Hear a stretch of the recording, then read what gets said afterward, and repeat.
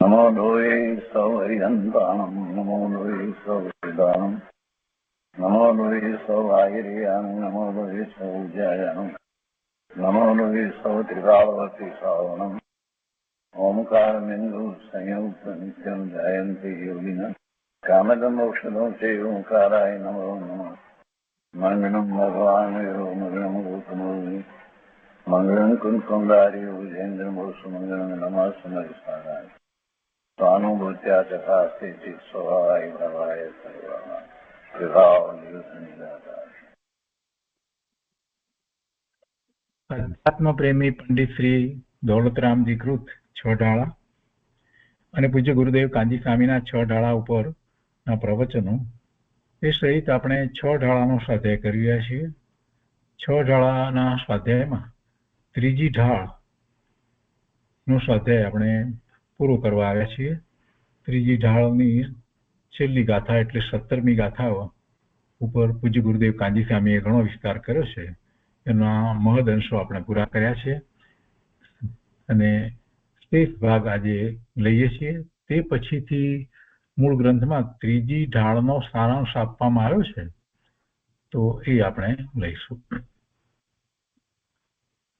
પૂજ્ય ગુરુદેવે આ 17મી ગાથાનો વિસ્તાર કરતા સમ્યક્ત્વનું મહત્વ ખૂબ સમજાવ્યું અને ગયા સ્વાધ્યાયમાં છેલ્લે વાત આવી હતી. બધા જે ગુરુદેવના વચનો હતા એ ઉપદેશાત્મક વિશેષ હતા અને એમાં છેલ્લે એ રીતે વાત આવી કે ચિંતામણી જેવો આ મનુષ્ય અવતાર જો સમ્યક દર્શન વગર ગુમાવી દીધો તો ભવના દરિયામાં ફરીને તેની પ્રાપ્તિ થવી બહુ કઠણ છે. મનુષ્ય અવતાર, આ ચિંતામણી જેવો મનુષ્ય અવતાર જો ગુમાવી દીધો તો પછી સમ્યક દર્શન વિના જો ગુમાવી દીધો તો પછી આ ભવસાગરમાં એટલે કે ભવના ભ્રમણો જે થઈ રહ્યા છે અનંતકાળથી એમાં પછી આવો ભવ મળવો બહુ દુર્લભ છે. માટે આ દુર્લભ અવસરમાં બીજી બધી પંચાત છોડીને સમ્યક દર્શન કરી લેવા જેવું છે. આ અવસર ચૂકવા જેવું નથી. અને પછી આગળ કહે છે, આજે લઈએ છીએ પાના નંબર 243 ઉપર પૂજ્ય ગુરુદેવના પ્રવચનો છ ઢાળા ઉપરના એના પુસ્તકમાં પાના નંબર 243 ઉપર હવે આજે આગળ લઈએ છીએ. ગુરુદેવ કહે છે કે આવું સમ્યક દર્શન જેનું મૂળ છે એવો વિતરાગી ધર્મ ઘનસણ મૂલો ધમ્મો જીનવર દેવે ઉપદેશ્યો છે. 2500 વર્ષ પહેલા વર્ધમાન મહાવીર સ્વામી ભગવાન તીર્થંકર પરમાત્મા આ ભરત ક્ષેત્રમાં એવો જ ઉપદેશ દિવ્ય ધ્વનિ દ્વારા આપતા હતા, દેતા હતા. પોતે તો સ્વરૂપમાં સ્થિર હતા, પણ એવી ઓમકાર ધ્વનિ એમના શરીરમાંથી નીકળતી હતી અને એ દ્વારા આપણને આ દ્રવ્ય સ્વરૂપ પ્રાપ્ત થયું છે. ગણધર ભગવાને એમાંથી 12 અને 14 પુરોની રચના કરીને એમાંથી આચાર્ય ભગવાને શાસ્ત્રોની રચના કરી, એટલે આપણને એ પ્રાપ્ત થયું છે. તો આ ભરત ક્ષેત્રમાં એવો જ ઉપદેશ પરમાત્મા વર્ધમાન મહાવીર સ્વામી 2500 વર્ષ પહેલા દેતા હતા અને તે સાંભળીને અનેક જીવો સમ્યક્ત્વ પામતા હતા. એ સમયમાં અત્યારે ભરત ક્ષેત્રને વિશે તો તીર્થંકર ભગવાન નથી, કેવળી પરમાત્મા પણ નથી અને એવા ગણધર ભગવાન કેવા અંગધારી જ્ઞાનના શ્રુત જ્ઞાની પરમાત્મા પણ નથી. પણ એ વાણી વગેરે આપણને હજી ઉપલબ્ધ છે, પ્રાપ્ત છે. વળી અત્યારે સિમંદર ભગવાન તીર્થંકર પરમાત્મા, સિમંદર સ્વામી, તીર્થંકર ભગવાન, યુગમંદર સ્વામી, બાહુ સ્વામી, સુબાહુ સ્વામી એવા 20 તીર્થંકર ભગવંતો વિરેક ક્ષેત્રમાં એવો જ ઉપદેશ આપે છે અને તે ઝીલી અને કેટલાય જીવો સમ્યક દર્શન પામે છે. અત્યારે અહીં પણ આવું સમ્યક દર્શન પામી શકાય છે. ભરત ક્ષેત્રને વિશે પંચમ કાળમાં દરેક આત્માર્થી જીવે આવું ઉત્તમ કલ્યાણ સમ્યક દર્શન અવશ્ય પ્રગટ કરવું જોઈએ. માટે હે વિવેકી આત્મા, હે ભવ્ય આત્મા, તું આ અવસરમાં સમ્યક દર્શનનું આવું મહાત્મ્ય સાંભળીને સાવધાન થા, ચેતી જા અને સમ્યક દર્શન પ્રાપ્ત કર, એનો પુરુષાર્થ કર. અનુભવી જ્ઞાની પાસેથી સમજીને સમ્યક દર્શન પ્રગટ કર. તે આ મનુષ્ય જીવનનું અમૂલ્ય કાર્ય છે. તેના વગર જીવને વ્યર્થ ન ગુમાવ. બહુ કરુણા કરી અને ખૂબ ખૂબ ઉપદેશ આપ્યો છે પૂજ્ય ગુરુદેવે સમ્યક દર્શન પ્રગટ કરવા માટે. 16મી અને 17મી ગાથાના વિસ્તારમાં પૂજ્ય ગુરુદેવે ખૂબ ઉપદેશ આપ્યો છે. હૃદયને સ્પર્શી જાય એવો ઉપદેશ આપ્યો છે અને પાછા સરળ શબ્દોમાં સમજાવ્યું છે. સમ્યક દર્શનનું મહાત્મ્ય પણ સમજાવ્યું છે, એના ફળ સ્વરૂપે પોતે શું પ્રાપ્ત કરે છે એ પણ સમજાવ્યું છે, અને મોક્ષ માર્ગની શરૂઆત ત્યાંથી થાય છે અને કેવી રીતે આગળનો ચારિત્રનો પુરુષાર્થ થઈ શકે છે એ બધું પણ સમજાવ્યું છે. અને એના વિના જે કાંઈ બીજું ધર્મના નામે થઈ રહ્યું છે એ બધું નિરર્થક છે. આ બધી વાતો પૂજ્ય ગુરુદેવે ખૂબ સમજાવી છે. અહીંયા કહે છે શરીર અને આત્મા ભિન્ન છે. સમ્યક દર્શન કેમ પ્રગટ કરવું, કેવા ભાવો, કેવું ચિંતવન, એનું પણ સાથે ને સાથે ખૂબ માર્ગદર્શન પૂજ્ય ગુરુદેવે આપ્યું છે. ગુરુદેવ કહે છે શરીર અને આત્મા ભિન્ન છે, રાગ અને આત્મા ભિન્ન છે. શરીર અને રાગ વગરનું તારું ચૈતન્ય તત્વ અખંડ એવું ને એવું તારામાં છે. અખંડ તત્વ એવું ને એવું તારામાં છે, એટલે કે અનંત કાળથી જ એવું ને એવું જ રહ્યું છે, જળવાઈ રહ્યું છે, એમાં કાંઈ ફેર પડ્યો નથી. રાગ વગરનું, શરીર વગરનું એવું ચૈતન્ય તત્વ અખંડ તારામાં છે, અભેદ વસ્તુ છે, શુદ્ધ છે, પૂર્ણ છે, પવિત્ર છે. આ સાંભળીને રાજી થઈ ને તું સમ્યક દર્શનનો ઉદ્યમ કર. ચૈતન્યમય તારા સ્વ તત્વને પરથી ભિન્ન દેખીને, સર્વ પરથી ભિન્ન દેખીને પ્રસન્નતા વડે અનુભવમાં લે. એટલે ભેદ જ્ઞાન કરી અને એનો અનુભવ કર અને મોક્ષ માર્ગમાં આવી જા. કહે છે કે મોક્ષ માર્ગમાં આવી જા. ઓહો, કેટલી મોટી વાત કરી છે. પોતે મોક્ષ માર્ગમાં છે અને આપણને મોક્ષ માર્ગમાં બોલાવી રહ્યા છે. મોક્ષ માર્ગમાં તું આવી જા, મોક્ષ માર્ગમાં આવી જા. લાખ કરોડ રૂપિયા દેતાય જેની એક ક્ષણ પણ મળવી મુશ્કેલ છે, એવું આ મનુષ્ય જીવન વૃથા ન ગુમાવો. મનુષ્યપણાની શોભા સમ્યક દર્શનથી છે, માટે આ જન્મમાં સમ્યક દર્શન પ્રગટ કરી લે, જેથી આત્મામાં મોક્ષ માર્ગ શરૂ થઈ જાય. અમૂલ્ય જીવનમાં તેનાથી પણ અમૂલ્ય એવું સમ્યક દર્શન પ્રાપ્ત કર. જીવન અમૂલ્ય છે અને એમાં એનાથી પણ અમૂલ્ય સમ્યક દર્શન છે. એ સમ્યક દર્શન તું પ્રાપ્ત કર. કરોડો રૂપિયા કે કુટુંબ તે કોઈ તને શરણ નથી. એ પુણ્યના કારણે પ્રાપ્ત થયેલા સંયોગો છે અને પુણ્ય પણ શરણ નથી. સમ્યક દર્શન જ શરણ છે. તે સમ્યક દર્શન વડે જ જીવની સફળતા અને જીવની શોભા છે. આવો સારો યોગ પુનઃ નથી મળતો. વારંવાર મળવો અતિ અતિ અતિ અતિ દુર્લભ છે. એવો યોગ વારંવાર નથી મળતો. માટે તેમાં સમ્યક દર્શન જરૂર પ્રગટ કરો. અંતમાં ફરીને કહીએ છીએ કે હે જીવ, આપણને ફરીને કહે છે, એમ કે છે એટલે આટલી બધી વાત કરી છે અને છેલ્લે પ્રવચન પૂરું કરતા પૂજ્ય ગુરુદેવ કહે છે કે અંતમાં ફરીને કહીએ છીએ કે હે જીવ, હે જીવ, આત્માને સમજીને શ્રદ્ધા કરવાનો અવસર આવ્યો છે, તેને વધારી લેજે. એને વધાવી લે. આ અવસર આવ્યો છે. શેનો અવસર છે? દ્રવ્ય સુખ દ્વારા આત્માને સમજવું, એવા આત્માની શ્રદ્ધા કરવી અને પ્રતીતિ કરવી અને પછી અનુભૂતિ કરવી.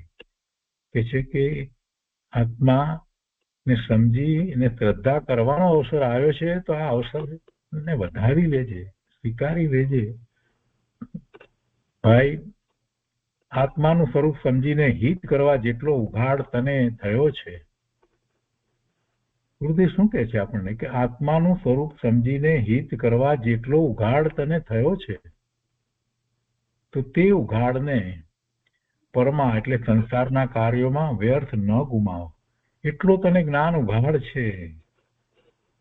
ગુરુદેવ આપણને એમ કહે છે, તો હવે એને માત્ર સંસારના કાર્યોમાં વ્યર્થ ન ગુમાવો,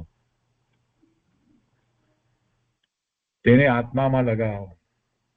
ઉપયોગને અંતર્મુખ કરીને વિતરાગ વિજ્ઞાન પ્રગટ કર.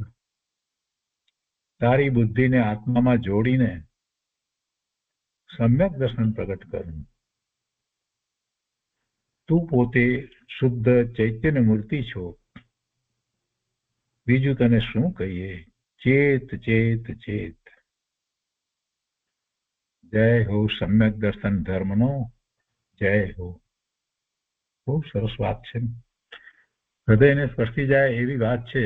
આ 16મી અને 17મી ગાથા ત્રીજા અધિકારની ચોટાળામાં એની ઉપરના પૂજ્ય ગુરુદેવના પ્રવચનો, જ્યારે પણ મન કાંઈક કોઈક રીતે ખિન્ન થઈ ગયું હોય, ઉદાસીન થઈ ગયું હોય, કાંઈ શુદ્ધતું ન હોય, કોઈક રીતે એવા પ્રતિકૂળતાના કે દુઃખના પ્રસંગ આવ્યા હોય, તો એ વખતે આ વાંચવાથી, શાંત ચિત્તે વાંચતા જવાથી પરિણામો બદલાઈ જશે અને અંતર એમ જંકશે કે બસ હવે અત્યારે જ હું નિર્વિકલ્પ ધ્યાનમાં બેસી જાઉં. આટલી બધી વાત હૃદયને સ્પર્શી ગઈ છે. એટલે ફરી ફરીને આને માટે અનુમોદના કરું છું કે જાતે જ્યારે પણ સમય મળે અને જ્યારે પણ એમ વિચાર થાય, અથવા તો જ્યારે પણ એમ શાંત થયા છીએ ને એમ થાય કે કાંઈક સરસ વાત અત્યારે વાંચવી છે, અત્યારે એવું ચિંતન કરવું છે, તો આ ગાથા ઉપરના પ્રવચનો જરૂરથી વાંચજો. તો ત્રીજી ઢાળની આ છેલ્લી 17મી ગાથા પૂરી થઈ. આપણે 6 ઢાળા મૂળ ગ્રંથમાં ત્રીજી ઢાળનો સારાંશ જે લખ્યો છે, બ્રહ્મચારી શ્રી હરિલાલ જૈને, એ આપણે હવે આગળ વાંચનમાં લઈએ છીએ. એમણે જે સારાંશ લખ્યો છે એમાં પણ આમ એક અથવા બીજા પ્રકારે પૂજ્ય ગુરુદેવે જે પ્રવચનમાં જે કહ્યું છે એ વાતને જ એમને લીધી છે, પણ સારાંશ છે એટલે મૂળ ગાથાની વાત એમાં લઈ અને કહેવામાં આવ્યું છે. આત્માનું કલ્યાણ સુખ પ્રાપ્ત કરવામાં છે. આકુળતા, ચિંતા, ક્લેશનું મટી જવું તે સાચું સુખ છે. મોક્ષ જ સુખરૂપ છે.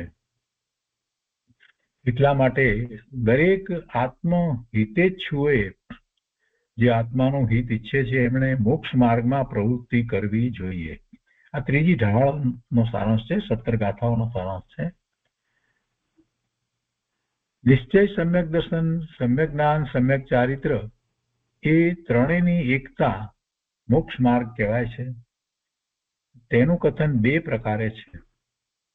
નિશ્ચય, સમ્યક દર્શન, જ્ઞાન, ચારિત્ર તો ખરેખર મોક્ષ માર્ગ છે, અને વ્યવહાર સમ્યક દર્શન, સમ્યક જ્ઞાન અને સમ્યક ચારિત્ર, વ્યવહાર તે મોક્ષ માર્ગ નથી, પણ ખરેખર બંધ માર્ગ છે. નિશ્ચય મોક્ષ માર્ગ છે, તે જ ખરેખર મોક્ષ માર્ગ છે. વ્યવહાર સમ્યક દર્શન, સમ્યક જ્ઞાન, સમ્યક ચારિત્ર એ મોક્ષ માર્ગ નથી. એ વ્યવહારથી અને મોક્ષ માર્ગ ભલે કહીએ, પણ વાસ્તવમાં એ શુભાવરૂપ છે, તેથી એ બંધ માર્ગ છે. પણ નિશ્ચય મોક્ષ માર્ગમાં સાથે છે, સહચર છે. એટલે નિશ્ચય મોક્ષ માર્ગમાં સહચર હોવાથી તેને વ્યવહાર મોક્ષ માર્ગ કહેવાય છે. પણ એકલો વ્યવહાર મોક્ષ માર્ગ એવું હોતું નથી. નિશ્ચય છે તો વ્યવહાર છે. આગળ કે છે આત્માનું પરદ્રવ્યોથી ભિન્નપણાનું યથાર્થ શ્રદ્ધાન. આત્માનું યથાર્થ શ્રદ્ધાન કેવું શ્રદ્ધાન કે આત્મા પરદ્રવ્યોથી ભિન્ન છે એવું યથાર્થ શ્રદ્ધાન તે નિશ્ચય સમ્યક દર્શન અને આત્માનું પરદ્રવ્યોથી ભિન્નપણાનું યથાર્થ જ્ઞાન તે નિશ્ચય સમ્યક જ્ઞાન છે. અને પરદ્રવ્યોનું આલંબન છોડીને આત્મ સ્વરૂપમાં લીન થવું તે નિશ્ચય સમ્યક ચારિત્ર છે. તથા સાતે તત્વોનું જેમ છે તેમ ભેદરૂપ છતાં પણ અટળ શ્રદ્ધાન કરવું તે વ્યવહાર સમ્યક દર્શન કહેવાય છે. જોકે સાત તત્વના ભેદની અટળ શ્રદ્ધા શુભરાગ છે, તેથી તે ખરેખર સમ્યક દર્શન નથી. પણ નીચલી દશામાં ચોથા, પાંચમા, છઠ્ઠા ગુણસ્થાનમાં નિશ્ચય સંકિતની સાથે સહચર હોવાથી તે વ્યવહાર સમ્યક દર્શન કહેવાય છે. છઠ્ઠા સુધીની વાત લીધી છે. સાતમા ને આત્માની ઉપર તો કોઈ વિકલ્પ હોતા નથી એટલે નથી લીધું. આગળ કહે છે કે 8 પ્રકારના મદ, 3 પ્રકારની મૂંઢતા, 6 પ્રકારના અનાયતન અને શંકા વગેરે 8 દોષ સમ્યક્ત્વના અંગોથી વિરુદ્ધ એ 25 સમ્યક્ત્વના દોષ છે. તથા નિસંક્તિ વગેરે 8 એ સમ્યક્ત્વના ગુણ છે, સમ્યક્ત્વના અંગ છે. સમ્યક દર્શન થતા એ પ્રગટ થાય છે. એને સારી રીતે જાણીને દોષોનો ત્યાગ અને ગુણોનું ગ્રહણ કરવું જોઈએ. સમ્યક દર્શન પ્રગટ થાય ત્યારે તો પ્રગટ થશે, પણ અત્યારે એને સારી રીતે જાણી અને દોષોનો ત્યાગ અને ગુણોનું ગ્રહણ કરવાનો પુરુષાર્થ સાથે ને સાથે રાખવો જોઈએ. સમ્યક્ત્વના પુરુષાર્થની સાથે એ બહુ ઉપયોગી થાય છે. જે વિવેકી જીવ નિશ્ચય સમ્યક્ત્વને ધારણ કરે છે તેને કમજોરી છે ત્યાં સુધી પુરુષાર્થની મંદતાના કારણે જોકે જરા પણ સંયમ હોતો નથી, તો પણ તે ઇન્દ્ર આદિક દ્વારા પૂજાય છે, એટલે કે એમના દ્વારા આદર પામે છે. ચોથા ગુણસ્થાનની દશામાં પણ ભલે હજી સંયમ નથી, સમ્યક્ત્વ આચરણ ચારિત્ર જેટલો જ સંયમ છે, તો 3 લોક અને 3 કાળમાં નિશ્ચય સમ્યક્ત્વ સમાન સુખકારી બીજી કોઈ વસ્તુ નથી. 3 લોકમાં અને 3 કાળમાં, એટલે ભૂતકાળમાં એમ જ હતું, વર્તમાનમાં એમ ને ભવિષ્યમાં પણ એમ જ રહેવાનું છે. નિશ્ચય સમ્યક્ત્વ સમાન સુખકારી બીજી કોઈ વસ્તુ નથી. બધા ધર્મોનું મૂળ, સાર અને મોક્ષ માર્ગનું પહેલું પગથિયું આ સમ્યક્ત્વ જ છે. બધા ધર્મો એટલે બીજા અન્ય દર્શનની વાત નથી. અહીંયા તો જે આત્માના ધર્મો જે છે, જે પ્રગટ થાય છે, તો કે પ્રગટ થાય છે એમાં એનું પહેલું પગથિયું તો સમ્યક્ત્વ જ છે. સમ્યક્ત્વ પછી જ બાકી બીજા બધા પ્રગટ થાય છે. ઘાતી કર્મની વાત આપણે કરીએ છીએ તો પણ એમ જ છે ને કે ઘાતી કર્મ નો ક્ષય થાય છે, તો સૌથી પહેલા ઘાતી કર્મમાં કયા ઘાતી કર્મનો ક્ષય થાય છે? મોહનીયનો જ. દર્શન મોહનીય, ચારિત્ર મોહનીયનો થાય છે ત્યારે 12મા ગુણસ્થાનની દશા જે છે એ આવે છે, અને ત્યારે બીજું શુક્લ ધ્યાન પ્રગટ થાય છે, અને પછી એ બાકી રહેલ ઘાતી કર્મની 3 પ્રકૃતિઓ, જ્ઞાનાવર્ણીય, દર્શનાવર્ણીય અને અંતરાયની પ્રકૃતિઓનો ક્ષય થાય છે. એટલે મૂળ વાત તો એ જ છે, સમ્યક દર્શનની જ વાત છે. સમ્યક દર્શનથી જ ધર્મની શરૂઆત થાય, ત્યાંથી જ આગળ વધાય છે. તેના વિના જ્ઞાન અને ચારિત્ર સમ્યક પણ પામતા નથી. સમ્યક દર્શન છે નહીં, અને પછી શાસ્ત્રનું જ્ઞાન ગમે તેટલું હોય તો પણ એને સમ્યક કહેવાતું નથી. એ જ રીતે ગમે તેવું ચારિત્ર પાળે તો પણ એને સમ્યક કહેવાતું નથી. પણ એને મિથ્યા કહેવાય છે. સમ્યક દર્શન રહિત જ્ઞાન અને ચારિત્ર જે છે એનો કોઈ અર્થ હોતો નથી. એ સ્વભાવથી વિશેષ કાંઈ નથી.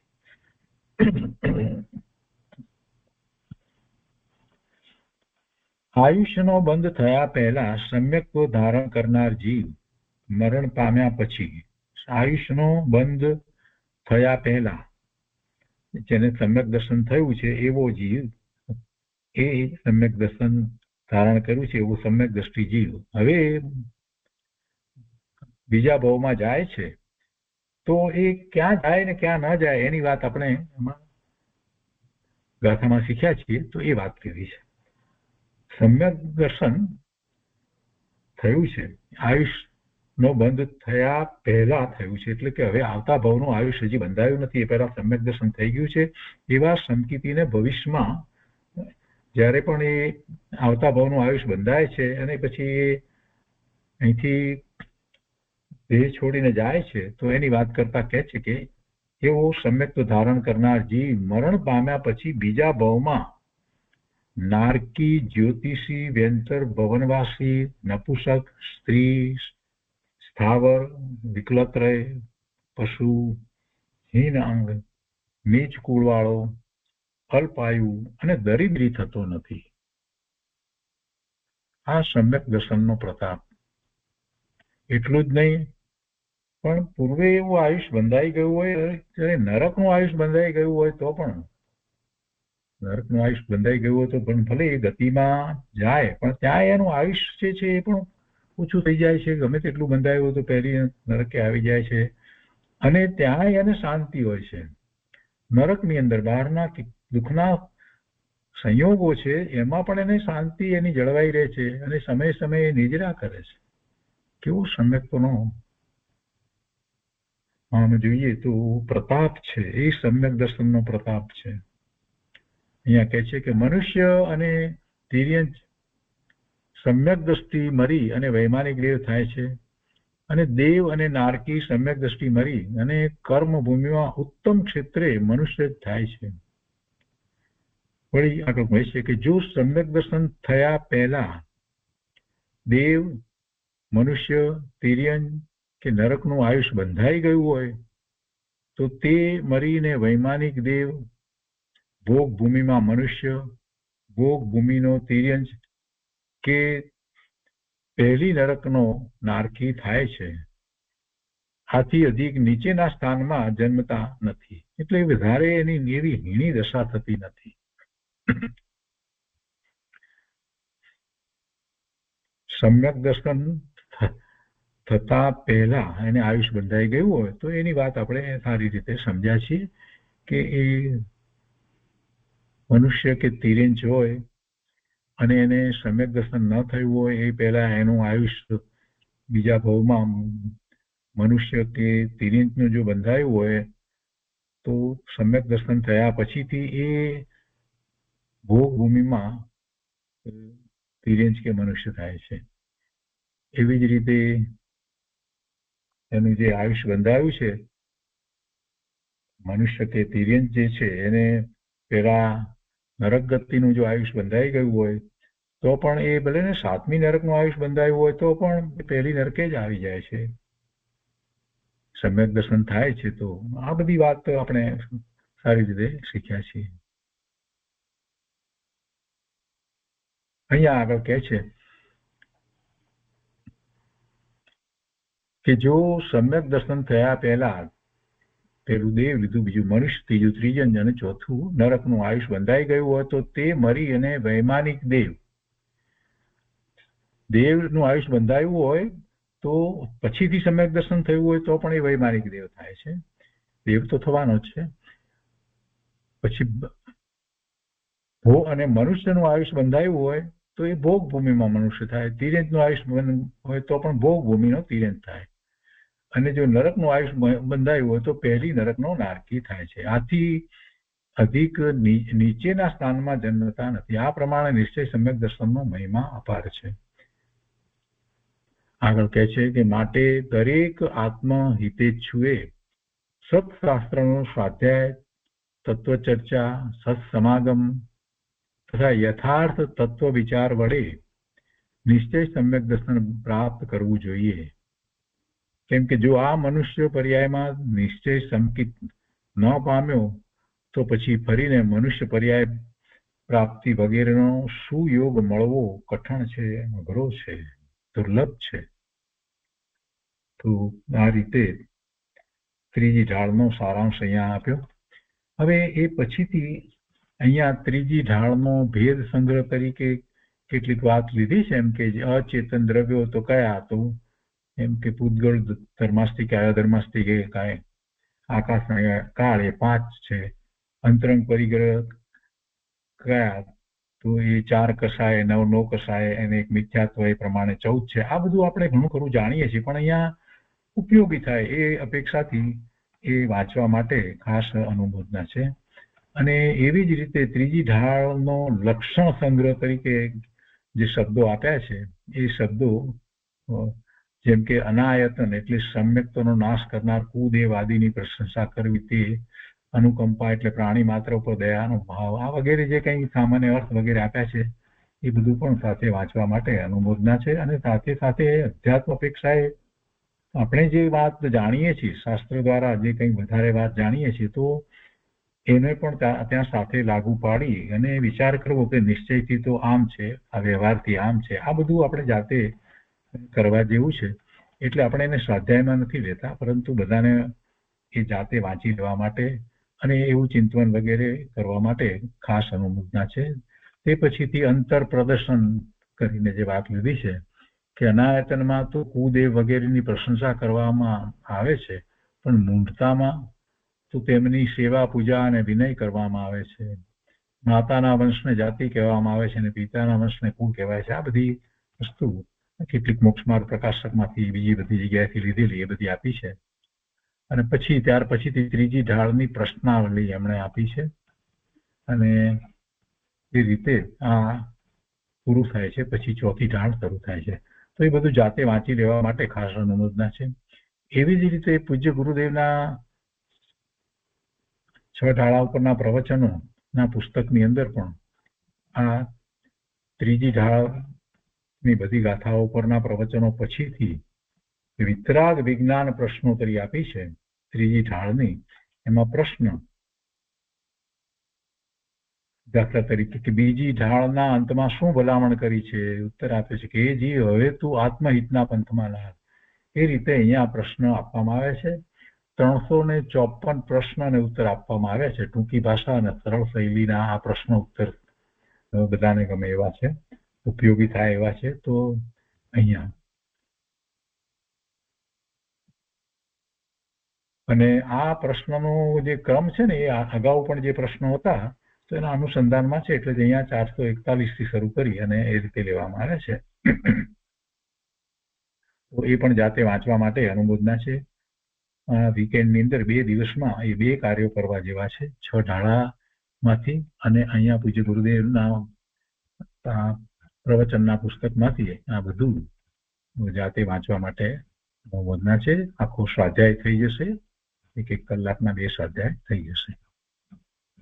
તો આ રીતે આપણે અહીંયા 6 ઢાળામાં ત્રીજો અધિકાર પૂરો કરીએ છીએ. અને હવે આવતી વખતે ચોથા અધિકારથી આગળ આપણે સ્વાધ્યાય લઈશું.